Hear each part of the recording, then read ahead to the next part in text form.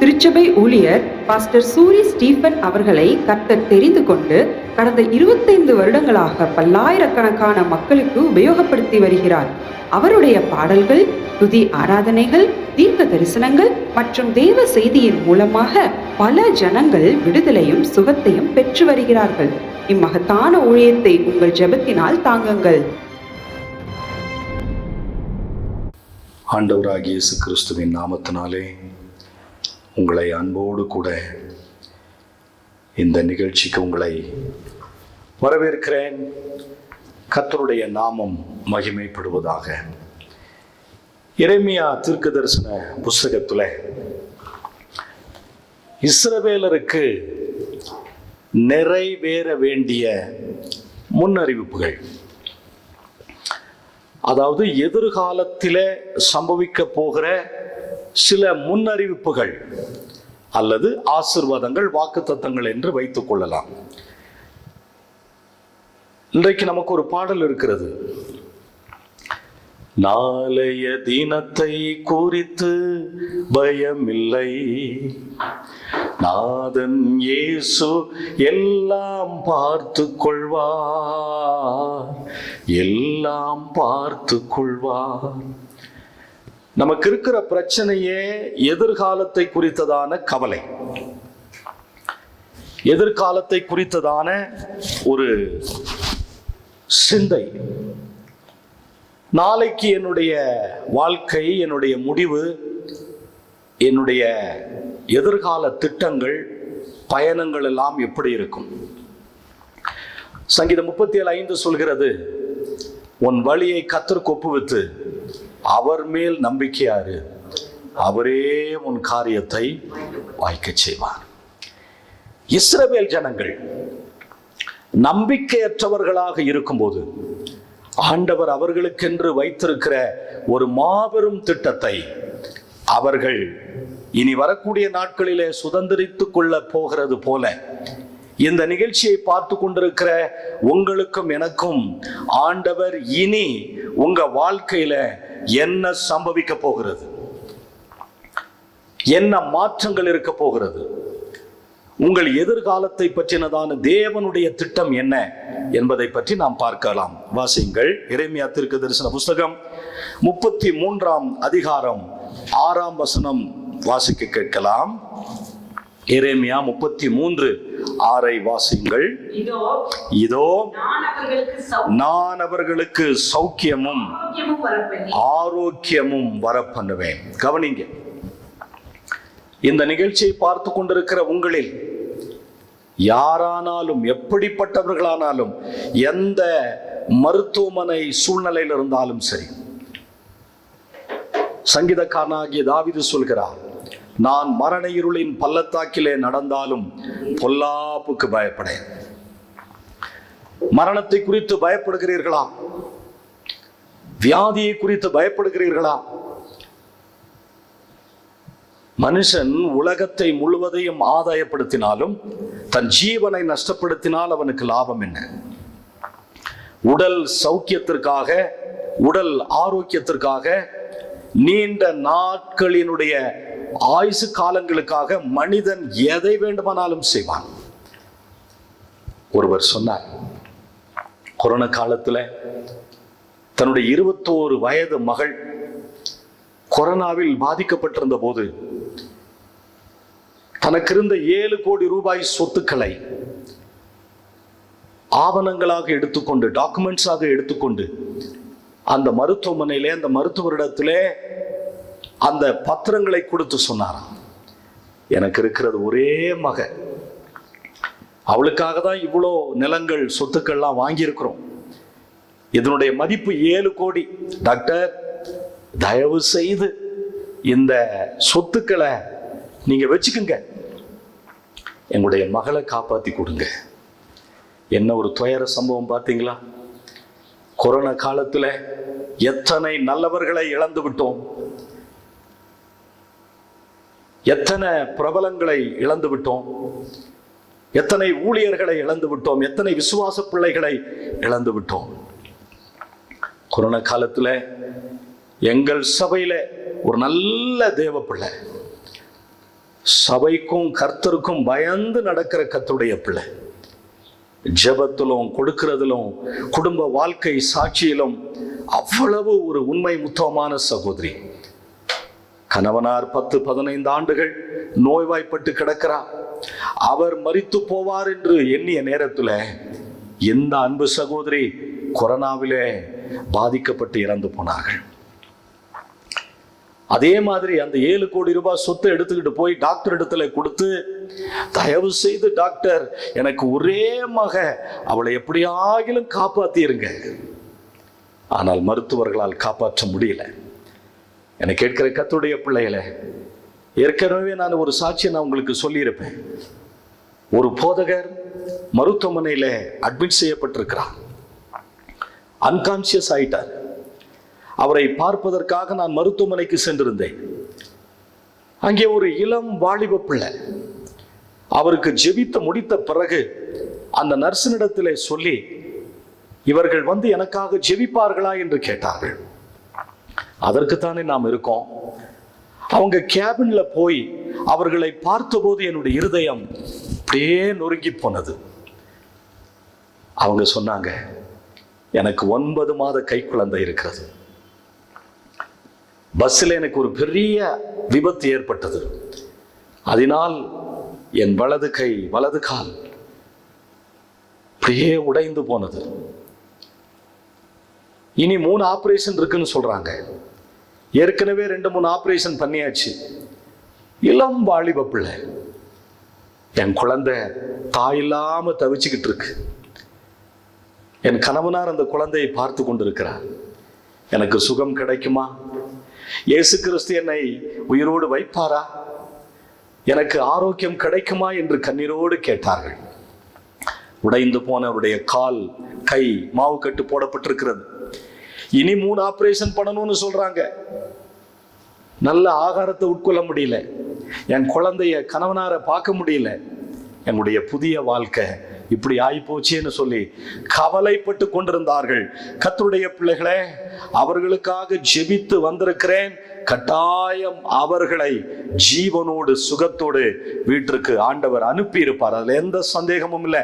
அதே மாதிரி உங்களை பார்த்து நான் சொல்லுகிறேன், நான் உங்களுக்கு சௌக்கியமும் ஆரோக்கியமும் வர பண்ணுவேன். மனுஷனுக்கு சௌக்கியமும் ஆரோக்கியமும் ரொம்ப முக்கியம். இது இல்லாம தான் நிறைய பேர் தங்களுடைய ஆஸ்தி எல்லாம் மருத்துவமனைக்கு செலவு பண்றாங்க. தங்களுக்கு உண்டானது எல்லாவற்றையும் வித்து விடுகிறார்கள். அர்ஜென்ட் சேல்னு சொல்லி எத்தனை சொத்துக்கள் விற்பனைக்கு வருகிறத நாம பார்க்கலாம். கர்த்தருடைய பிள்ளைகளே, நீங்க ஆண்டவருடைய பிள்ளையானா, மாம்சம் இருக்கிற வரைக்கும் நோவு இருக்கும், அதுல சந்தேகம் இல்லை.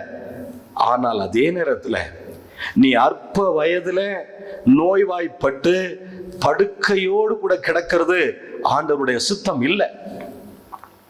இப்படி எத்தனை சகோதரிமார்கள் என்னிடத்திற்கு நீங்கள் ஜெபத்திற்கு அழைக்கிறீர்கள். உங்கள் எல்லாருக்கும் ஒரு நல்ல செய்தியை சொல்லுகிறேன். நீங்க எந்த துன்பத்தின் நடுவே இருந்தாலும் ஒரு பாடல் ஒன்று இருக்கிறது. இலையும் இல்லாம கனியும் இல்லாம பட்டு போன மரம் போல ஆனாயோ. உன் வாழ்க்கை பட்டு போயிடுச்சா? உன் சுக வாழ்வு இன்று துளிர்த்தது. ஆண்டவர் உன்னுடைய சுக வாழ்வு இன்றைக்கு துளிர்க்கிறது என்று சொல்கிறார். நீ மரண இருளின் பள்ளத்தாக்கிலே நடந்து போய் கொண்டிருந்தாலும் மரணத்தினுடைய நிழல் தானே தவிர மரணம் உன்னை மேற்கொள்ள முடியாது. ஆண்டவர் உங்களுக்கு ஆரோக்கியத்தையும் சௌக்கியத்தையும் வரப்பண்ணுவதாக வாக்கு பண்ணுகிறார்.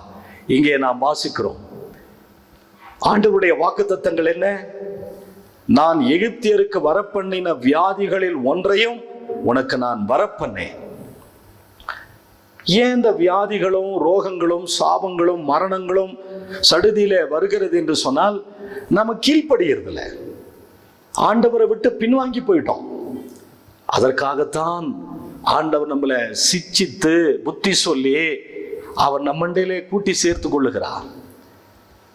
தகப்பன் சிச்சியா புத்திரனுண்டோ, பரீட்சையில்லா வெற்றிதான் உண்டோ, தகப்பன் சிச்சியா புத்திரன் உண்டோ, பரீட்சையில்லா வெற்றிதான் உண்டோ, சோதனை வரும்போது தாங்கும் திறனளித்து, சோதனை வரும்போது தாங்கும் திறனளித்து தப்பிச் செல்ல வழி செய்வார், ஒரு போக்கை உண்டாக்கி தருவார், தப்பிச் செல்ல வழி செய்வார், ஒரு போக்கை உண்டாக்கி தருவார். எழுந்து தந்தையிடம் செல்வேன், எனக்கு இறங்கும் தகப்பனவர், என் நிலை பற்றி அங்கு சொல்வேன், எதையும் மறைக்காமல் பேசுவேன். மரணமானாலும் பரவாயில்ல, மரணத்தின் தருணத்தில் இருந்தாலும் பரவாயில்ல, அவரை நோக்கி கெஞ்சும் போது, கூப்பிடும் போது மரணத்திலிருந்து நமக்கு ஜீவனை கொடுப்பார். நாயனூர் விதவை மகன் இளம் வாலிபன் மரித்த போது பாடையை தொட்டு, வாலிபனே எழுந்திரு என்று சொன்னார். எவருடைய குமாரத்தை தலித்தாகுமே, சிறு பெண்ணே எழுந்திரு என்று சொன்னார். லாசுரு கல்லறையிலே வைக்கப்பட்டிருந்த போது, லாசுருவே வெளியே வா என்று சொன்னார். மரித்தவன் உயிரோடு எழுந்து வந்தான். இந்த 3 சம்பவங்களுமே சுவிசேஷ புஸ்தகத்தில் எழுதப்பட்டிருக்கிறது. இயேசு கிறிஸ்து 3 பேரை உயிரோடு எழுப்பினதாக இந்த ஆதாரங்கள் சொல்லுகிறது. ஒருவேளை அவர் நிறைய உயிரோடு எழுப்பி இருக்கலாம், ஒருவேளை அதுல பதியப்படாமல் இருக்கலாம். ஆனால் இந்த 3 அற்புதமான சாட்சிகள். கர்த்தருடைய பிள்ளையே, பக்தன் சங்கீதக்காரன் சொல்கிறான், நான் சாவாமல் பிழைத்திருந்து உம்முடைய அதிசயங்கள் எல்லாம் விவரிப்பேன். முழு இதயத்தோடு உம்மை துதிப்பேன், உன்னதமானவரே, உம் அதிசயங்கள் எல்லாம் எடுத்துரைப்பேன், அதிசயமானவரே. லாசருவை உயிரோடு எழுப்பினதனான நோக்கம், அவரோடு கூட பந்தியில் இருக்கணும், அவருக்காக ஊழியம் செய்யணும், அவருக்காக இரத்த சாட்சியா மறிக்கணும். அவன் ஏற்கனவே ஆண்டவருக்கு செய்தி சொல்லப்பட்டு 4 நாட்களுக்கு முன்பதாகவே, நீர் சிநேகிக்கிற உம்முடைய லாசரு வியாதியாயிருக்கிறான். அவருக்கு தெரியும், அவர் அந்த வியாதியில அவனை போய் சந்திக்க போகல. என்னுடைய வியாதியில என்னுடைய போதகர் என்ன வந்து பார்க்கலன்னு சொல்றீங்களா? என்னுடைய வியாதியில எனக்கு போதுமான மருத்துவ சிகிச்சை கிடைக்கலன்னு சொல்றீங்களா? என்னுடைய பலவீனத்துல எனக்கு என்ன செய்யறதுன்னு தெரியல நீங்க புலம்பிக்கிட்டு இருக்கிறீங்களா? பெரும்பாடு உள்ள ஸ்திரீ தன்னுடைய ஆஸ்தியை முழுவதும் மருத்துவர்களுக்கு செலவழித்து கொஞ்சம் கூட சுகம் கிடைக்கல. இயேசு கிறிஸ்து வருகிறார் என்று கேள்விப்பட்டு அவருடைய வஸ்திரத்தின் ஓரத்தொங்களை தொட்ட மாத்திரத்தில் அவள் சுகமானாள் என்று வேதத்தில் வாசிக்கிறோம். 12 வருடமாய் பெரும்பாடுள்ள ஒரு பெண் அநேக வைத்தியரால் கைவிடப்பட்டவளாய், 12 வருடமாய் பெரும்பாடுள்ள ஒரு பெண் அநேக வைத்தியரால் கைவிடப்பட்டவளாய், இயேசுவின் வஸ்திரத்தில் இயேசுவின் சமூகத்திற்குள் ஓடோடி வந்தாளே, இயேசுவின் வஸ்திரத்தை தொட்டதால் சுகமானாள், இயேசுவின் வஸ்திரத்தை தொட்டதால் சுகமானாள். உமது சமூகம் வரும்போதெல்லாம் எங்க கண்ணீரெல்லாம் மாறுகின்றது. பரிதிமேய் குருடன், குஷ்ரோகமான மனுஷன், பிசாசு பிடித்த கானானிய ஸ்திரீனுடைய மகள், இப்படி சொல்லிக்கிட்டே போகலாம். மத்தேயு எழுதின சுவிசேஷம் 10ஆம் அதிகாரம் 8ஆம் வசனம் சொல்கிறது, வாசித்து பாருங்கள். அந்த வசனங்கள் இன்றைக்கும் உயிரோடு இருக்கிறது, இன்றைக்கும் நம்மை உயிர்ப்பிக்கிறதாக இருக்கிறது. வியாதி உள்ளவர்களை சுத்தமாக்குங்கள், குஷ்டரோகிகளை சுத்தம் பண்ணுங்கள், மரித்தோரை எழுப்புங்கள், பிசாசுகளை துரத்துங்கள், இலவசமாய் பெற்றீர்கள், இலவசமாய் கொடுங்கள். நீங்க ஆண்டவரை நம்புங்க, அப்படியே ஊழியக்காரர்களை தேடி போங்க. திருச்சபையில ஆண்டவருக்கு உங்களுடைய சரீரத்தை அர்ப்பணிங்க, ஒப்பு கொடுங்க. ஆராதனை முடிஞ்ச உடனே உங்கள் போதகரிடத்துல ஜெபம் பண்ணுங்கள். தேவாலயத்துல 18 வருடமா முதுகுத்தண்டு வளைந்து போயிருந்த ஒரு பெண்மணி, அசுத்தாவினால் பிடிக்கப்பட்டவளாய், கொஞ்சம் கூட ஏறெடுத்து பார்க்க முடியாத கூனியாக இருந்த அவளை ஆண்டவர் தொட்டு சுகமாக்கினார். 18 வருஷம், 1 வருஷம் இல்ல, 2 வருஷம் இல்ல, ஆலயத்தில் அவள் அங்கத்தினராக இருந்திருக்கிறாள். பாருங்கள், அந்த ஊழியக்காரருக்கு தெரியல அவளுக்குள்ளாக இருக்கிற ஒரு பலவீனப்படுத்துகிற ஆவி, அவளை விசனப்படுத்துகிற ஒரு ஆவி ஆலயத்துக்கு போயிட்டே இருந்திருக்கிறான். நான் சொல்லுகிறேன், ஆண்டவர் நிச்சயம் உங்களுக்கு சுகத்தை கொடுப்பார். ஆண்டவரை நம்புங்க, அவருடைய வார்த்தையை நம்புங்க. அவர் தம்முடைய வசனத்தை அனுப்பி நம்மை குணமாக்குகிறார் என்று வேதத்தில் வாசிக்கிறோம். அவருடைய தழும்புகளினால் நாம் குணமாகிறோம். ஆண்டவரிடத்துல அல்லது ஆண்டவருக்கு, ஆண்டவருடைய நாமத்தில் 4 வல்லமைகள் இருக்கிறது. ஒன்று இயேசு கிறிஸ்துனுடைய நாமம், இயேசு கிறிஸ்துனுடைய ரத்தம், இயேசு கிறிஸ்துனுடைய வல்லமை, இயேசு கிறிஸ்துனுடைய வசனம். இந்த 4 வல்லமைகள், அதை சார்ந்து கொள்ளுங்க.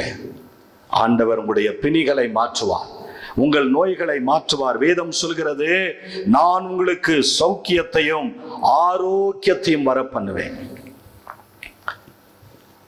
எம்மைக்கும் மறுமைக்கும் தகப்பன் அற்ப வயதிலே நம்மை சாக விடமாட்டார். நாம கூனி குறுகி கட்டிலே படுத்துறங்க வேண்டும் என்று அவர் எண்ணுவதில்லை. அல்லது என்னுடைய மரண தருணம் முழுவதும் மருத்துவமனையில தான் இருக்கணும் அப்படிங்கிற ஒரு நிலைக்கு உன்னுடைய சூழ்நிலை தள்ளப்பட்டிருக்கலாம். இந்த செய்தியை கேட்டுக்கொண்டிருக்கிற நீ எந்த வியாதியின் படுக்கையில் இருந்தாலும் சரி, எந்த மருத்துவமனையில இருந்தாலும் சரி, எந்த சூழ்நிலையில இருந்தாலும் சரி, கர்த்தர் உன்னை பார்த்து சொல்லுகிறார், நான் உனக்கு சௌக்கியத்தை வர பண்ணுவேன். ஹல்லேலூயா. அவர் நமக்கு ஆரோக்கியத்தை வர பண்ணுவாராம். கரையோர மரங்கள் ஏராளமாய் கனி தர வேண்டும் தாராளமாய். கரையோர மரங்கள் ஏராளமாய் கனி தர வேண்டும் தாராளமாய். இலைகள் எல்லாம் மருந்தாகணும், இலைகள் எல்லாம் மருந்தாகணும், கனிகள் எல்லாம் உணவாகணும், கனிகள் எல்லாம் உணவாகணும். வாருமையா போதகரே, வாருமையா போதகரே, வற்றாத ஜீவ நதியாக, வற்றாத ஜீவ நதியாக. அதனுடைய தொடர்ச்சியை பார்க்கலாம். எரேமியா 33:6 நிறைவேற வேண்டிய 2வது முன்னறிவிப்பு பாருங்க. அவர்களை குணமாக்குவேன். ஆண்டவர் நம்மை குணமாக்குவதாக வாக்கு பண்ணுகிறார். சௌக்கியம் ஆரோக்கியம் வர பண்ணுகிற கர்த்தர் நம்மளை குணமாக்குவேன் என்று தீர்க்கமா சொல்றார். எசேக்கியா ராஜாவை பார்த்து ஆண்டவர் எசேயா தீர்க்கதரிசியின் மூலமாக ஒரு வார்த்தை சொன்னார். உடைய வீட்டு காரியங்களை ஒழுங்குபடுத்தும், ஏனென்றால் நீர் மரித்து போவீர். என்ன ஒரு நேரடியான ஒரு எச்சரிப்பு பாருங்களேன். அப்படி எசேக்கியா என்ன துன்மார்க்கனா, தேவனை விட்டு விலகினவனா? அவன் ஞான இருதயம் அடைந்து எழுப்புதல் அடைந்து பெரிய சீர்திருத்தத்தை இஸ்ரவேலரிலே செய்தவன். ஆலயத்தை கட்டினவன், பாடகர் குழுவை நிறுத்தினவன், நல்ல யுத்தங்களை செய்தவன், தேசத்தை பலப்படுத்தினவன், தேவனிடத்தில் அதிகமான கிருபை பெற்ற ஒரு நல்ல தேவ மனுஷன். ஆனால் அவனுக்கு இப்படி ஒரு செய்தி வருகிறது, நீர் மரித்து போவீர், உம்முடைய வீட்டு காரியங்களை ஒழுங்குபடுத்தும். அந்த செய்தியை கேட்டு எசேக்கியா ராஜா சுவற்றுப்புறமாக திரும்பி அழுதானா. அதனுடைய மொழியாக்கம் சொல்கிறது, எருசலேமை நோக்கி எருசலேமை பார்த்த வண்ணமாக செபித்தானோ.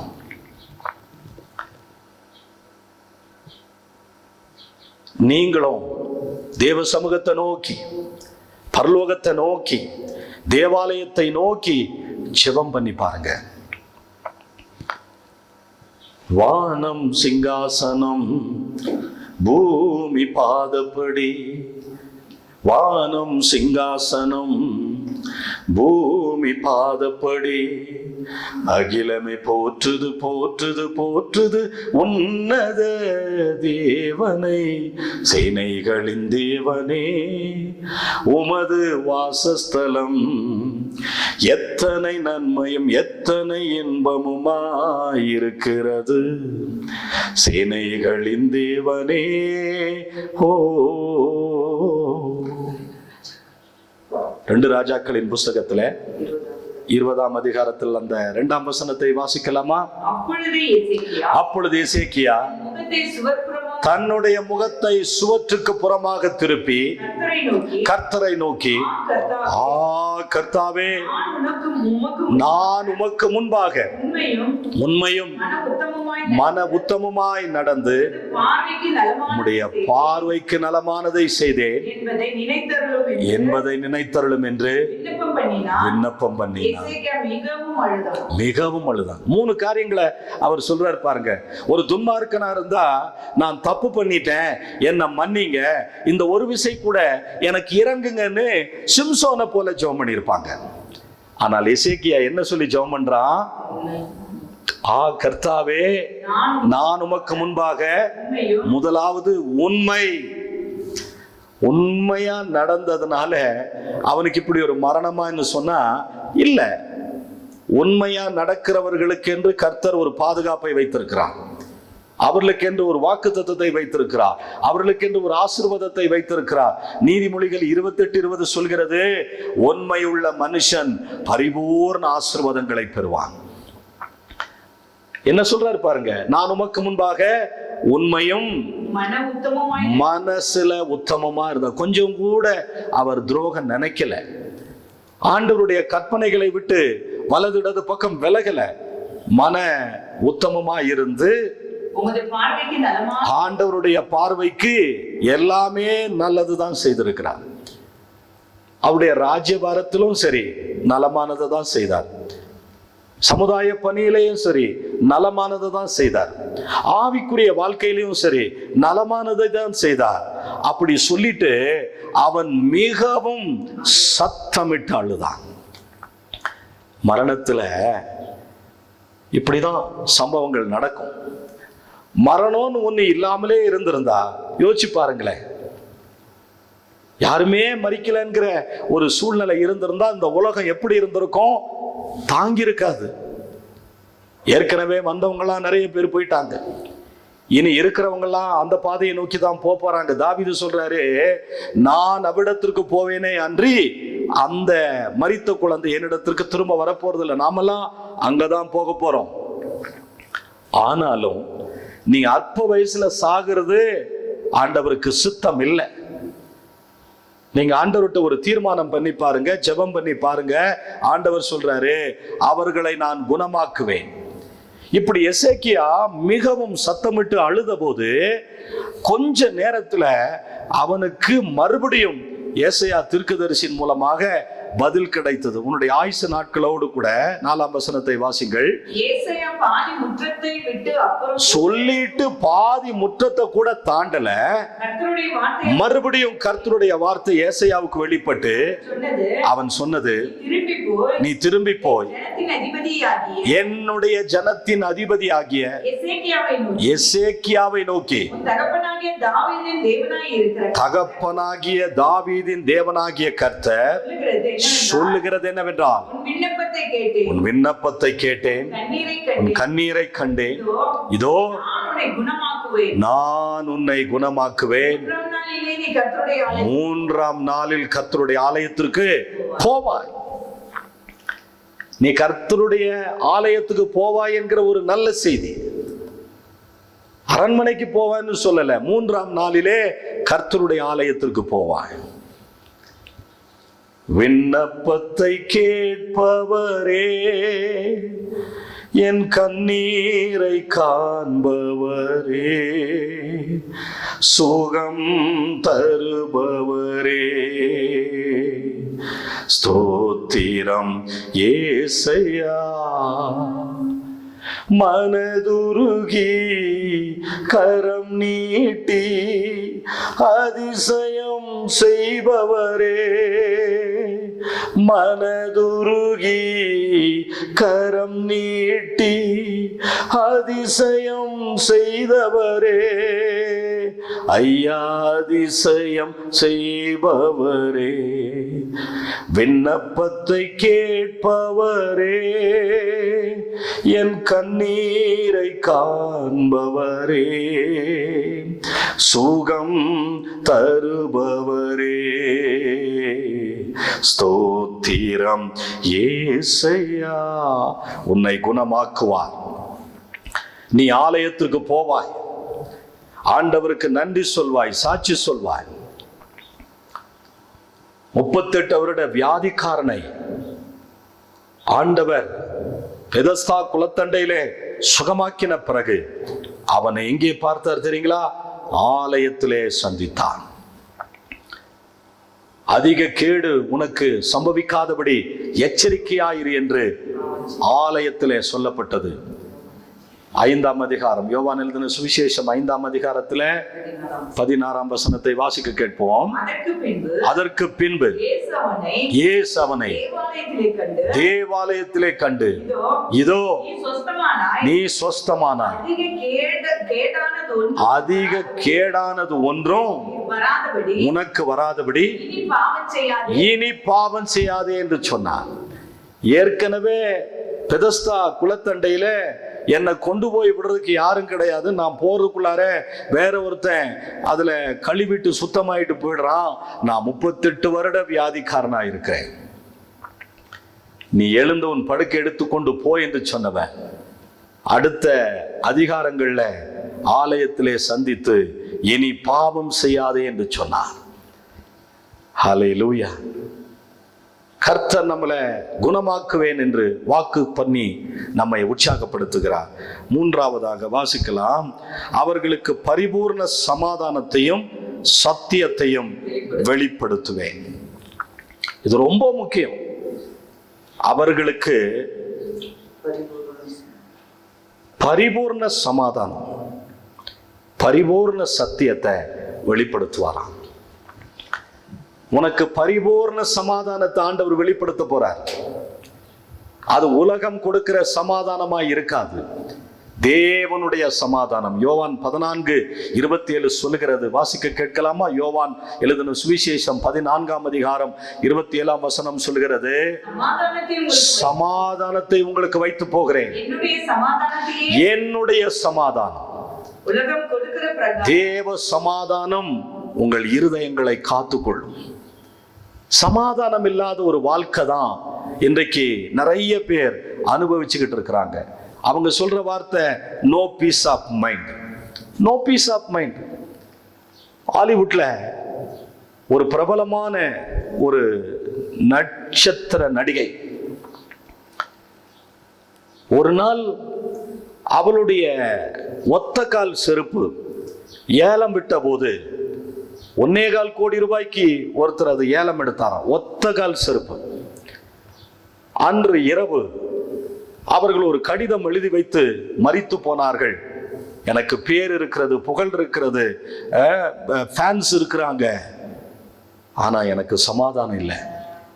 பணம் இருக்கு, ஆஸ்தி இருக்கு, அந்தஸ்து இருக்கு, எல்லா இடங்களிலும் எனக்கு நல்ல வரவேற்பு இருக்கு, but no peace of mind. இன்னைக்கு 90% பேர் நோ பீஸ் ஆஃப் மைண்ட்ல வாழ்ந்துகிட்டு இருக்கிறாங்க, சமாதானமே இல்லாம வாழ்ந்துகிட்டு இருக்காங்க. தங்களுக்கு தாங்களே சமாதானம் சொல்லிக் கொள்றாங்க. போலியான சமாதானம், போலியான வாழ்க்கை, போலியான அரசியல், போலியான ஐஸ்வர்யம், போலியான ஆஸ்தி அந்தஸ்து. 27ஆம் தேதி கரூர்ல ஒரு ஜனக்கூட்டத்தினுடைய நெருக்கடியில 41 பேர் செத்து போயிட்டாங்க. அதெல்லாம் ஒரு இன்பம், கண்களுக்கு இன்பம், பார்வைக்கு இன்பம். அப்படி அவரை பார்த்துட்டா அது நடந்துரும் இது நடந்துரும், ஒன்றும் நடக்காது. அப்பாவி பிஞ்சு குழந்தைகள் 10-11 பேரை பறி கொடுத்துட்டோம். இதெல்லாம் சம்பவிக்கவே கூடாது. ஆண்டவர் சொன்னார், உலகம் தரக்கூடிய சமாதானத்தை நான் கொடுப்பதில்லை. உலகம் கொடுக்கக்கூடிய சமாதானம் டெம்பரவரி சமாதானம். எப்படி விருந்து இருதயத்தை களிப்பாக்குறதுக்கு செய்யப்படுமோ அந்த மாதிரி உனக்கு இந்த டெம்பரவரி சமாதானம், உலகம் டெம்பரவரி சொல்யூஷன் தான் கொடுக்கும், நிரந்தரமான சொல்யூஷன் உங்களுக்கு கிடைக்காது. ஆண்டவர் சொன்னார், நான் அவர்களுக்கு சமாதானத்தை மட்டும் சொல்லல, பரிபூர்ண சமாதானம், அதாவது உள்ளும் புறம்பும் சமாதானம். உள்ளத்திலையும் சமாதானம், வெளிப்புறத்திலையும் சமாதானம், வீட்லையும் சமாதானம், வேலை செய்யற ஸ்தலத்திலும் சமாதானம். நீங்க எங்க போனாலும் ஆண்டவர் சமாதானத்தோடு உங்களை வழி நடத்துவார்.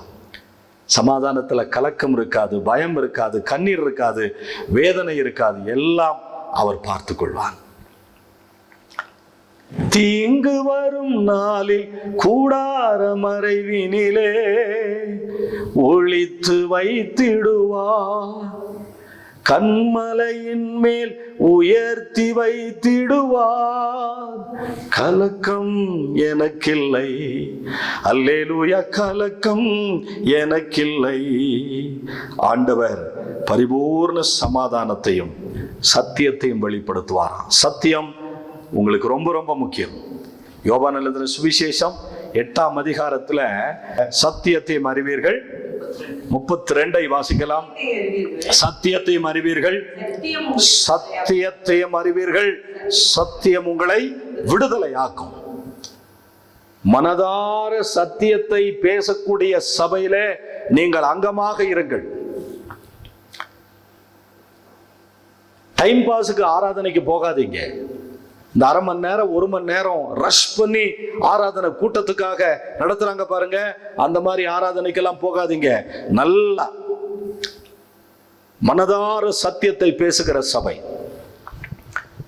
சத்தியத்தை அறிந்தால்தான் நீங்களும் நானும் விடுதலை ஆக முடியும். அவர் தம்முடைய வசனத்தை அனுப்பி நம்மை குணமாக்குகிறவர், அழிவுக்கு தப்புவிக்கிறவர். அவருடைய வசனத்துல பெரிய பெரிய நன்மைகள், ஆசீர்வாதங்கள் உண்டு. சத்தியத்தை ஒரு நாள் மறக்காதீங்க. வேத வசனத்தை ஒரு நாள் வாசிக்காம இருக்காதீங்க.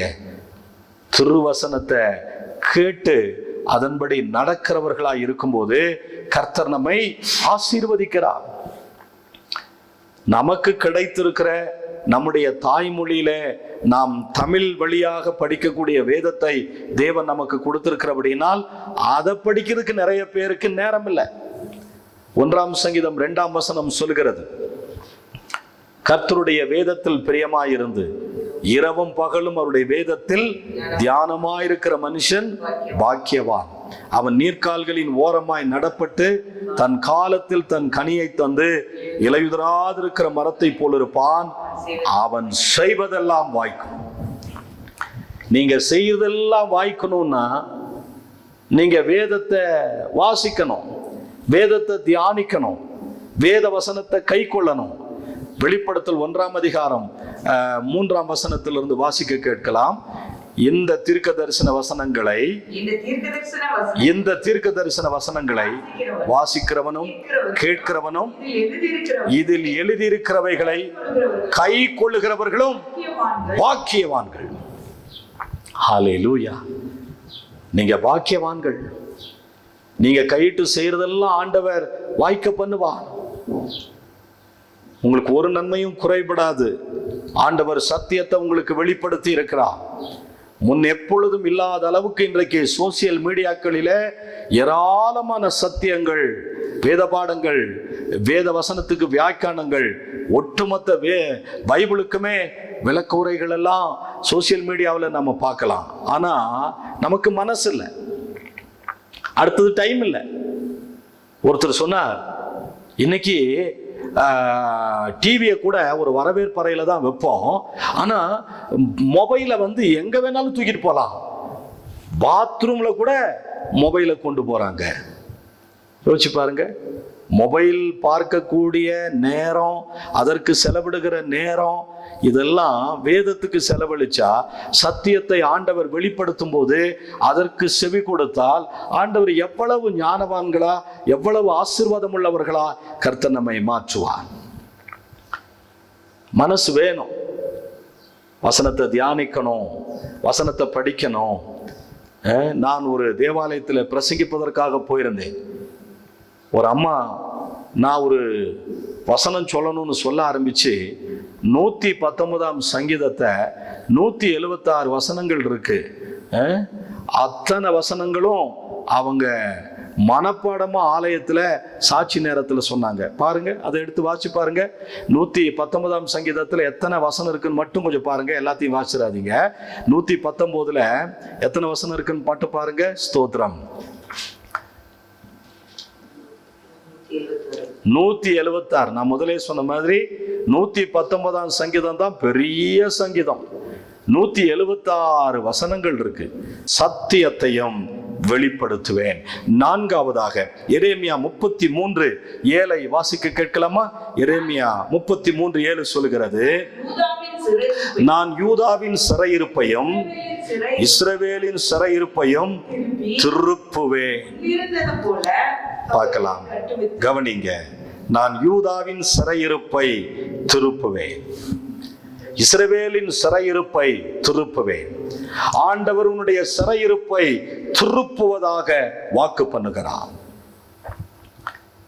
நம்முடைய முற்பிதாக்கள் எகிப்து தேசத்துல 430 ஆண்டுகள் அடிமைப்பட்டு கிடந்தார்கள், சிறைப்பட்டு கிடந்தார்கள், ஒடுக்கப்பட்டார்கள், ஆலோட்டிகளின் நிமித்தம் அடிக்கப்பட்டார்கள், துன்பப்படுத்தப்பட்டார்கள்.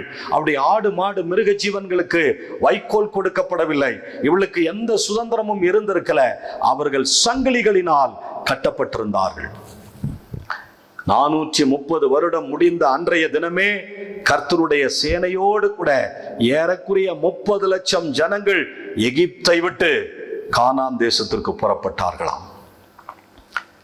நீங்க ஏதாவது பாண்டேஜில் இருக்கீங்களா? கடன் தொல்லை, வட்டி கடன், அல்லது வேற ஏதாவது அடிக்ஷன், குடிப்பழக்க வழக்கம், சிகரெட் பீடி பிடிக்கிறது, அல்லது சீரியல் அடிக்ஷன், வேற எந்த விதமான சிறையிருப்பில நீங்கள் அடிமைப்பட்டு கடந்தாலும் வேதம் சொல்கிறது, நான் யூதாவின் சிறையிருப்பையும் இஸ்ரவேலின் சிறையிருப்பையும் திருப்புவேன். ஆண்டவருடைய சிறையிருப்பெல்லாம் மாற்ற போகிறான். செய்யாத குற்றத்திற்காக யோசேப்பு தன்னுடைய இளம் வயதுல 12 ஆண்டுகள் நீதிமானாக இருந்து ஒரு குற்றமும் செய்யாமல் அவன் போத்திபாருடைய வீட்டிற்கு கீழே இருக்கிற அந்த சிறையிலே அவன் நடத்தப்பட்டான். அவனுடைய பிராணன் இரும்பினால் அடைக்கப்பட்டிருந்தது, அவனுடைய கைகளும் கால்களும் விலங்குகளால் பூட்டப்பட்டிருந்தது. ஆனால் கர்த்தருடைய ஆவியானுடைய பிரசன்னமோ, ஆவியான் தேவனுடைய தரிசனமோ அவனை விட்டு நீங்கவே இல்லை. உன் சுக வாழ்வு என்று துளித்தது, உன் சுக வாழ்வு என்று துளித்தது, உள்ளங்கால் தொடங்கி உச்சந்தல மட்டும் கொடிய வேதனையோ மகளே,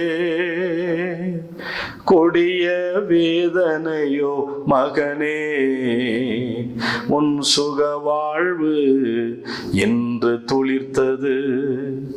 ஆண்டவர் சொல்லுகிறார், உன் சிறையிருப்பை நான் திருப்புவேன். சிறையிருப்பு எதுவா இருந்தாலும் பரவாயில்ல, நான் அந்த சிறையிருப்பை விட்டு உன்னை திருப்புவேன். பவுலும் சீலாவும் இரவெல்லாம் துதிச்சாங்க. பவுலும் சீலாவும் இரவெல்லாம் துதிச்சாங்க. துதித்தது 2 பேர், விடுதலை பல பேருக்கு. துதித்தது 2 பேர், விடுதலை பல பேருக்கு. துதிக்க துதிக்கத்தான் விடுதலை உண்டு. துதிக்க துதிக்கத்தான் ரட்சிப்பு உண்டு. துதிக்க துதிக்கத்தான் விடுதலை உண்டு. துதிக்க துதிக்கத்தான் ரட்சிப்பு உண்டு. அவருடைய சங்கிலிகள் உடைத்தெறியப்பட்டது. அந்த மேடைகள் தகர்க்கப்பட்டது. சிறைச்சாலனுடைய அஸ்திவாரங்கள் எல்லாம் அசைந்தது. தலைகளா கட்டி தொங்க வைக்கப்பட்டு ரத்தம் சொட்டிக்கிட்டு இருக்கிறதான நேரத்துல பாட்டு வருமா? கண்விழி எல்லாம் பிதுங்கி வெளியே வந்துவிடக்கூடிய சூழலிலே நடுநிசி நேரத்துல பவுலும் சீலாவும் துதித்தார்கள். எல்லாருக்கும் விடுதலை கிடைச்சது. உன் சிறையிருப்பு எம்மாத்திரம். ஆண்டவர் அந்த சிறையிருப்பை மாற்ற விரும்புகிறார். எரேமியா 33:7 வாசிக்கிறோம், முன்னிருந்தது போல அவர்களை கட்டுவிப்பேன். நீ முன்னே எப்படி இருந்தா? சரீர தோற்றத்தில் எப்படி இருந்த? உன்னுடைய ஐஸ்வர்யத்தில் எப்படி இருந்த? உன்னுடைய சந்தோஷத்துல நீ எப்படி இருந்த? அதே மாதிரி உன்னை நிலைநிறுத்துவா. யோபனுடைய சிறையிருப்பு 6 மாசம்தான். 181வது நாளிலே கர்த்தர் அவனுடைய சிறையிருப்பை மாற்றினார். அவனுக்கு உண்டான எல்லாவற்றையும் ஆண்டவர் திரும்ப கொடுத்தார். யோபு போல உள்ளங்கால் தொடங்கி உச்சந்தல மட்டும் வேதனையோ, கொடிய வேதனையோ, உன் கண்ணீரை காண்பவர் இல்லையோ, உன் கதறலை கேட்க யாரும் இல்லையோ. இப்படி ஒரு பாட்டு ஒன்று எழுதியிருக்கேன். யோபுவை போல நீங்க பாடுகள், வேதனைகள், துன்பத்தில் இருக்கிறீங்களா? ஆண்டவர் யோபு அவருடைய 29ஆம் அதிகாரத்துல என்னுடைய பழைய நான் சீர்பட்ட நாட்கள் எனக்கு கிடைத்திருந்தால் ரொம்ப நல்லா இருக்கும்னு அவர் அங்கலாய்க்கிறத பார்க்கலாம். அவனுடைய சீர் எனக்கு பழைய மாதிரியே இருந்தா நல்லா இருக்கும். இப்ப நான் ரொம்ப வேதனையில் இருக்கேன், கொடிய உச்சத்துல நான் இருக்கேன், எல்லாம் இழந்து விட்டேன். எல்லாமே எதிராக இருந்தாலும், சூழ்நிலைகள் தோல்வி போல தெரிந்தாலும், எல்லாமே எதிராக இருந்தாலும், சூழ்நிலைகள் தோல்வி போல தெரிந்தாலும், நான் கர்த்தருக்குள் மகிழ்ச்சியாயிருப்பேன், என் தேவனுக்குள் களி கூறுவேன், கர்த்தருக்குள் மகிழ்ச்சியாயிருப்பேன், என் தேவனுக்குள் களி கூறுவேன். யோபு 29:6 வாசிக்கலாமா? என் பாதங்களை நான் நெய்யினால் கழுவினேன், என் பாதங்களை நான் நெய்யினால் கழுவினேன், கண்மலையிலிருந்து எனக்காக எண்ணெய் நதி போல ஓடி, கண்மலையிலிருந்து எண்ணெய் நதியை போல ஓடி வந்ததாம். அந்த செல்வ நாட்களின் சீர், அந்த செல்வ நாட்களுடைய சீர் இப்பொழுது இருந்தால் நலமாக இருக்கும். எல்லாத்தையும் இழந்துட்டியா? கவலைப்படாதே, ஆண்டவர் எல்லாவற்றையும் திரும்ப கொடுப்பார். உன் வீட்டை கட்டுவார், உன் பிள்ளையை திருமண வாழ்க்கையை கட்டுவார், உடைந்து போன உன் குடும்பத்தை கட்டுவார். ஒரு சகோதரன் அடிக்கடி என்னை தொலைக்காட்சி நிகழ்ச்சியை பார்த்து அழைப்பார், ஐயா எனக்காக ஜெபம் பண்ணுங்கள், எனக்கு பல வருஷமா திருமணம் நடக்கல, எனக்கு ஒரு நிச்சயம் நடந்தது, ஆனா என்ன காரணமோ தெரியல, ஒரு 10-15 நாள் கழிச்சு அந்த பிள்ளை என்ன வேணான்னு சொல்லிட்டான். எனக்கு இன்னைக்கு வரைக்கும் புரியல. நான் நல்லா சம்பாதிக்கிறேன், நகை அடகு கடை வச்சிருக்கேன், நல்ல வசதி இருக்கு, நல்ல நிலங்கள் புலங்கள்லாம் இருக்கு. ஏன் அந்த பிள்ளை என்ன வேணான்னுட்டா, ஏன் அந்த பிள்ளை என்ன வேணான்னுட்டா, இனி எனக்கு ஒரு திருமணம் நடக்குமா, எனக்கு ஒரு வாழ்க்கை கிடைக்குமா? ஒரு நாள் இரவுக்கு முன்பாக என்னிடத்திலே பேசுகிறார். கவலைப்படாதே தம்பி, உனக்கு ஒரு வாழ்க்கை ஆண்டவர் தருவார். நான் உன்னுடைய ஊர்ல நான் ஒரு 3 நாள் கன்வென்ஷன் நடத்தின ஒரு சபை இருக்கிறது, அந்த சபைக்கு நீ போ, அங்கே அந்த போதகரிடத்தில் நான் பேசுகிறேன் என்று சொன்னார். நீ ஞாயிற்றுக்கிழமை ஆராதனைக்கு போயிட்டு மத்தியானம் என்ன தொலைபேசியில் அழைக்கணும்னு நான் சொல்லியிருந்தேன். ஆனா அந்த சகோதரன் திடீரென்று தனக்கு ஒரு வாழ்க்கை நல்ல அமையல, திருமண நிச்சயம் நடந்தும் அது உடைஞ்சு போச்சுன்னு சொல்லி அவன் 33 வயதுல தற்கொலை செய்து மரித்து போனான். கர்த்தருடைய பிள்ளையே, எந்த முடிவுக்கு நீ போகாதே, எந்த நிலைமைக்கு நீ தள்ளப்பட்டிருந்தாலும் அதிலிருந்து வெளியே கொண்டு வர கர்த்தர் உண்மையுள்ளவராக இருக்கிறார். உன் தாழ்மையை விட்டு வெளியே வா, உன் சிறையிருப்பை விட்டு வெளியே வா, உன்னுடைய பாவத்தை விட்டு வெளியே வா. கர்த்தர் உன்னை முன்னிருந்தது போல கட்டுவிப்பதாக வாக்கு பண்ணுகிறார். இளைய குமாரன் தான், கெட்டு போனவன் தான், தன்னுடைய ஆஸ்திய வேசிகளுக்கும் நண்பர்களுக்கும் செலவழித்து தகப்பனாருடைய இருதயத்தை துக்கப்படுத்திட்டு எல்லாம் இழந்த பிறகு பன்றிகளை மேய்க்க போனவன் தான்.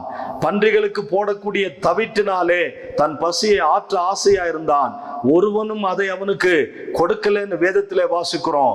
ஆனால் அவன் தன் தகப்பன் வீட்டுக்கு திரும்பி வந்தான். அதே மாதிரி நீ திரும்பி வந்துரு, ஆண்டவர் உன்னை முன்னிருந்தது போல கட்டுவிக்க அவர் வல்லமுள்ளவராக இருக்கிறார். எரேமியா 33 அதிகாரம் 8ஆம் வசனம் சொல்கிறது, 6வதாக அவர்கள் எனக்கு விரோதமாக குற்றம் செய்த அவருடைய எல்லா விதமான அக்கிரமங்களுக்கும் அவர்களை நீங்களாக்கி ஆண்டவர் நம்முடைய வாழ்க்கையை பியூரிஃபை பண்றார், சுத்திகரிக்கிறார். எதிலிருந்து? எனக்கு விரோதமாய் குற்றம் செய்த ஆண்டவருக்கு விரோதமாக. அந்த இளைய குமாரன் புத்தி தெளிந்த போது, தகப்பனே, பரத்துக்கு விரோதமாகவும் உமக்கு விரோதமாகவும் பாவம் செய்து விட்டேன், உம்முடைய வேலைக்காரரில் ஒருவனாக என்னை வைத்துக் கொள்ளும் என்பேன் என்றான். சில நேரங்கள்ல நம்முடைய ஆலயங்களை துன்புறுத்துறது, ஊழியக்காரர்களை தாக்குறது, ஜெபாலயங்களை புறக்கணிக்கிறது, மூடுறது, இடிக்கிறது, கொளுத்துறது, ஊழியக்காரர்கள் மேல பொய்கேசுகளை போடுறது, இதெல்லாம் அவங்களுக்கு மகிழ்ச்சியா தெரியலாம். இதெல்லாம் அவங்களுக்கு கொடுக்கப்பட்ட ஒரு அசைன்மெண்டா இருக்கலாம். அப்படி செய்தால் அவங்களுக்கு கொஞ்சம் பணம் கிடைக்கலாம். வட இந்தியாவில் நிறைய ஊழியங்கள், இன்றைக்கும் ஊழியக்காரர்கள் சிறைச்சாலையில் இருக்கிறாங்க, அவங்களுக்கு பெயிலே கிடைக்கல. கர்த்தருடைய பிள்ளைகளே, ஆண்டவர் சவுலை பார்த்து சொன்னார், நீ துன்பப்படுத்துகிற இயேசு நானே, முள்ளில் உதைக்கிறது உனக்கு கடினமாம். நாம கிறிஸ்தவர்களுக்கு விரோதமாக சந்திக்கிற எந்த சமுதாய பிரச்சனைகளும் விளைவுகளும் அது ஆண்டவரை துன்பப்படுத்தினதாகவே இருக்கும். நீ துன்பப்படுத்துகிற இயேசு கிறிஸ்து நானே என்று சொன்னான். ஆனாலும் ஒரு இரக்கம் இருக்கிறது, ஒரு மன்னிப்பு இருக்கிறது. நாம அவருக்கு விரோதமாக என்ன குற்றம் செய்திருந்தாலும் சரி, என்ன துரோகம் பண்ணியிருந்தாலும் சரி, அவர்களுடைய எல்லா அக்கிரமங்களையும் மன்னிப்பேன் என்று ஆண்டவர் சொல்கிறார். இருக்கிறதுலயே பெரிய விஷயம் மன்னிக்கிறது தான். நம்முடைய பாவங்களை நாம் அறிக்கையிட்டால், வேதம் சொல்லுகிறது, 1 யோவான் 1ஆம் அதிகாரம் 7ஆம் வசனத்தை வாசித்து பாருங்கள். 1 யோவான் 1ஆம் அதிகாரம் 7ஆம் வசனம் இப்படியாக சொல்லுகிறது, நம்மிடத்தில் பாவம் இல்லை என்போமானால் அவர் ஒளியில் இருக்கிறது போல நாமும் ஒளியிலே நடந்தால் ஒருவரோடு ஒருவர் ஐக்கியமாயிருப்போம். குமாரனாகிய இயேசு கிறிஸ்துவினுடைய ரத்தம் சகல பாவங்களை நீக்கி நம்மை சுத்திகரிக்கும். அதுக்கு முந்தைய வசனங்கள் சொல்கிறது, நம்மிடத்தில் பாவம் இல்லை என்போமானால் நம்மை நாமே வஞ்சிக்கிறவளா இருப்போம், சத்தியம் நமக்குள்ளே இராது. இயேசு கிறிஸ்துனுடைய ரத்தம் சகல பாவங்களை நீக்கி நம்மை சுத்திகரிக்குமா. அறிக்கை செய்யணும். அறிக்கை செய்தா நம்முடைய பாவங்கள் எல்லாம் மன்னிக்க அவர் போதுமானவராக இருக்கிறார். அருமையான கர்த்தருடைய பிள்ளைகளே, அவர்கள் எனக்கு விரோதமாய் குற்றம் செய்து எனக்கு விரோதமாய் துரோகம் பண்ணின அப்படி எல்லா கிரமங்களையும் மன்னிப்பேன்.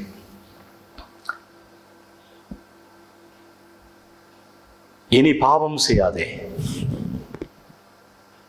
அப்படிதானே விபச்சாரத்துல கையும் மெய்யுமாய் பிடிக்கப்பட்ட ஸ்திரியை பார்த்த ஆண்டவர் சொன்னார், நானும் உன்னை ஆக்கினைக்குள்ளாக தீர்ப்பதில்லை, இனி பாவம் செய்யாதே என்று சொன்னார். ஹல்லேலூயா. ஆண்டவரிடத்துல திரும்பிடுவோம். ஆண்டவர் நம்முடைய பாவங்களை என்ன செய்தாராம்? கிழக்குக்கும் மேற்குக்கும் எவ்வளவு தூரமோ அவ்வளவு தூரமாக நம்முடைய பாவங்களை அகற்றினாராம். நம்முடைய பாவங்களை மேகத்தை போலவும் கார்மேகத்தை போலவும் அப்புறப்படுத்தினாராம். நம்முடைய பாவங்களை கடலை பிளந்து அதனுடைய ஆழத்துல போட்டு மூடிடுவாராம். நம்முடைய பாவங்களை அவருடைய முதுகுக்கு பின்னாடி எரிஞ்சிருவாராம். இனி அதை நினைக்க மாட்டாராம். தன் பாவத்தை மறைக்கிறவன் வாழ்வடைய மாட்டான், அவைகளை அறிக்கை செய்து விட்டு விடுகிறவன் இரக்கம் பெறுவான் என்று வேதத்திலே வாசிக்கிறோம். பாவத்தை விட்டு விலகிறதுக்கு மனுஷனுக்கு விருப்பமே இல்லை. ஆனா அதை விட்டு வெளியே வந்துதான் ஆகணும். தேவன் நல்ல நியதியை வேதத்திலே கொடுத்திருக்கிறார். பாவத்தினுடைய வழி பயங்கரமானவைகள். பாவத்தினுடைய சம்பளம் மரணம். அது நம்மை நரகத்திற்கு நேராக கொண்டு போய்விடும். சிற்றின்பத்தை வெறுப்போம், ஐஸ்வர்யத்தினுடைய மயக்கத்தை தவிர்ப்போம், ஆண்டவருடைய சமூகத்திற்கு ஓடி வருவோம். ஆகையினாலதான் அந்த பாடலிலே நான் பாடினேன், உமது சமூகத்திலே பாசமாயிருப்பவர்கள் திருப்தியாய் சாப்பிடவும் நல்ல வஸ்திரம் தரிக்கவும் கையீட்டு செய்கின்ற வேலையெல்லாம் ஆசீர்வதிப்பார். கையீட்டு செய்கின்ற வேலையெல்லாம் ஆசீர்வதிப்பார். ஆசீர்வாத வாய்க்காலாய் உங்களை மாறு செய்வார். ஜெபம் செய்வோம். அன்பும் இரக்கமும் தயவும் நிறைந்த நல்ல பிதாவே, நீர் எங்களுக்கு எங்களுடைய எதிர்காலத்திற்கு வேண்டிய முன்னறிவிப்புகளையும் ஆசீர்வாதங்களையும் வாக்குத்தத்தங்களையும் நீர் சொல்லியிருக்கிறீர். ஆண்டவரே, நாங்கள் பேசின அந்த வார்த்தைகளின்படி யாரெல்லாம் இதற்கு அடிமைப்பட்டு கிடக்கிறார்களோ அவர்களுடைய ஆண்டவரே சிறையிருப்பை மாற்றி அவர்களுக்கு சுகவாழ்வை கட்டளிடும்படி செபிக்கிறேன். தேவ சமாதானம் எங்கள் பிள்ளைகளை ஆளுகை செய்வதாக, ஆண்டு கொள்வதாக. ஒரு தெய்வீக தொடுதல், தெய்வீக சுகமாக்குதல், தெய்வீக அற்புதம், தெய்வீக வழிநடத்துதல், தெய்வீக கிருபை எங்கள் பிள்ளைகளுக்கு உண்டாயிருக்கட்டும். இயேசு கிறிஸ்துவின் விலையேற பெற்ற நாமத்தில் ஜெபிக்கிறோம் எங்கள் நல்ல பிதாவே. ஆமென். God bless you. கர்த்தர் உங்களை ஆசீர்வதிப்பார். உங்களை தொட்டிருக்கிறார், உங்களை சுகமாக்கி இருக்கிறார், உங்களோடு கூட பேசி இருக்கிறார். நீங்கள் பெற்ற நன்மைகளை எங்களிடத்திலே பகிர்ந்து கொள்ளுங்கள். நீங்கள் நன்மைகளை சாட்சியாக நீங்கள் தெரியப்படுத்துங்கள். கர்த்தருடைய நாமம் மகிமைப்படுவதாக. உங்களுடைய ஜெப குறிப்புகள், தேவைகள் எல்லாவற்றுக்காக ஜெபியுங்கள். நாங்களும் உங்களுக்காக தொடர்ந்து நாங்கள் ஜெபிக்க ஆயத்தத்தோடு இருக்கிறோம். நீங்கள் இந்த ஊழியத்தை உங்கள் ஜெபத்தினாலும் உங்கள் பொருளாதாரத்தினாலும் தாங்குங்கள். உங்கள் குடும்பத்தின் சார்பிலே இந்த நிகழ்ச்சியை தாங்க முன்வாருங்கள். குறிப்பாக எங்களுக்கு அதிகமான ஜெப பங்காளர்கள் தேவை. நீங்க கொடுக்கிறது அது ரெண்டாவது, ஜெபிக்கிறதற்கு எங்களுக்கு ஆட்கள் தேவை.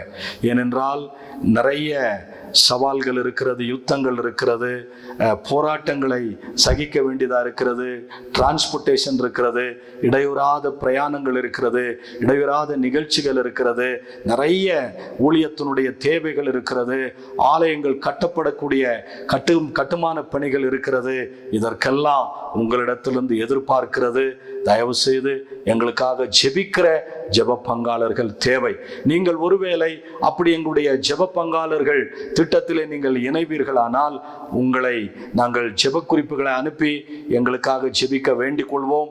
தொடர்ந்து எங்களை ஜெப ஊழியத்திலே நினைவு கூறுங்கள். கர்த்தர் நம்மை ஆசீர்வதிப்பார். God bless you.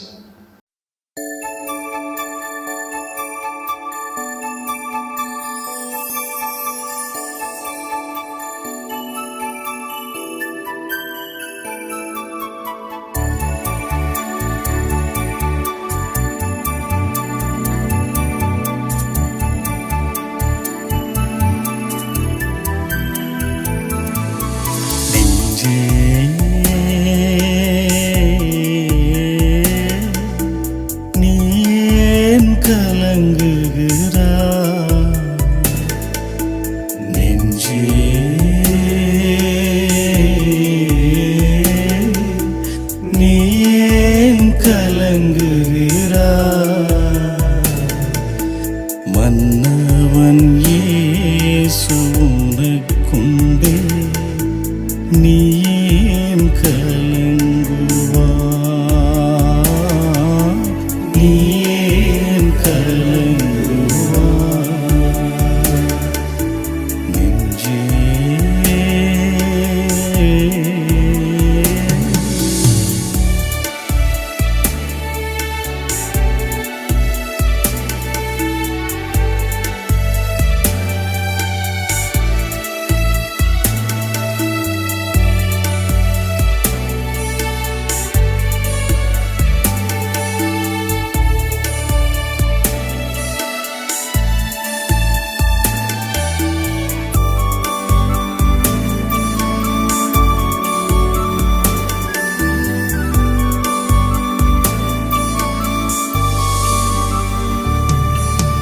சோர்ந்து போன உன்னையவர் நேசத்தாலே தேற்றுவாரே.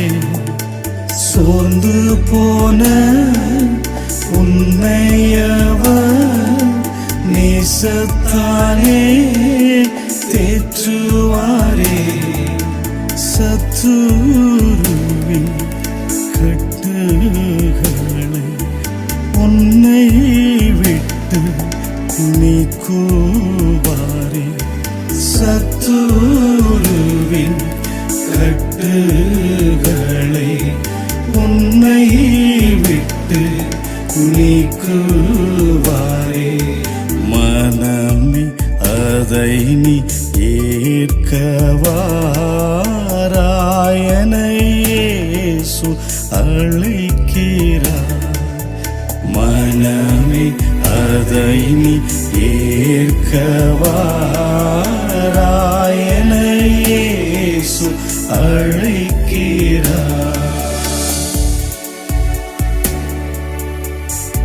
உங்கள் வாழ்க்கையில் தீராத வியாதியா, கடன் தொல்லையா, தோல்வி நிறைந்த வாழ்க்கையா, தீய வல்லமைகளின் போராட்டமா, இவை அனைத்திலிருந்தும் மெய்யான விடுதலை பெற ஆசீர்வதிக்கப்பட்ட இயேசுவின் நாமத்தில் உங்களை அன்புடன் அழைக்கிறோம். நீங்கள் தொடர்பு கொள்ள வேண்டிய முகவரி Ooty new life church 2B Teresa view, finger post, Ooty. Cell 9443017645 9361240636. ஆராதிக்க வாருங்கள், ஆசீர்வாதத்தை பெற்று திரும்புங்கள். பரிசுத்த ஆவியோடும் உண்மையோடும் நமது தேவாதி தேவனை ஆராதிக்க, பரலோக பிரசன்னத்தை உணர, ஆவிக்குரிய வாழ்க்கையில் வளர, இன்னும் சிறந்து விளங்க, மெய்யான சத்தியத்தை கண்டுகொள்ள, தேவ சித்தத்தை அறிந்து கொள்ள, இந்த உலகத்தில் வெற்றியுள்ள வாழ்க்கை வாழ ஆராதிப்போம் வாருங்கள். நீங்கள் தொடர்பு கொள்ள வேண்டிய முகவரி Ooty new life church 2B Teresa view, finger post, Ooty. Cell 9443017645 9361240636. New life திருச்சபை ஊழியர் பாஸ்டர் சூரி ஸ்டீபன் அவர்களை கர்த்தர் தெரிந்து கொண்டு கடந்த 25 வருடங்களாக பல்லாயிரக்கணக்கான மக்களுக்கு உபயோகப்படுத்தி வருகிறார். அவருடைய பாடல்கள், துதி ஆராதனைகள், தீர்க்க தரிசனங்கள் மற்றும் தேவ செய்தியின் மூலமாக பல ஜனங்கள் விடுதலையும் சுகத்தையும் பெற்று வருகிறார்கள். இம்மகத்தான ஊழியத்தை உங்கள் ஜெபத்தினால் தாங்குங்கள். இந்த நிகழ்ச்சியின் மூலம் நீங்கள் பெற்றுக்கொண்ட ஆசீர்வாதங்கள் மேலும் பலருக்கு கிடைக்க உங்கள் ஊக்கமான ஜெபங்களினாலும் காணிக்கைகளினாலும் நன்கொடைகளினாலும் தாங்குங்கள். உங்கள் காணிக்கைகளை போன்பே, ஜிபே மூலம் செலுத்த வசதிகள் உண்டு. Phone number 9430176645. எங்களுடைய வங்கி கணக்கு எண் pastor Suri Stephen, Canara bank, account number 623100122137. IFSC code CNRB 0016238. Ooty Mary's hill branch. Phone number 9443017645.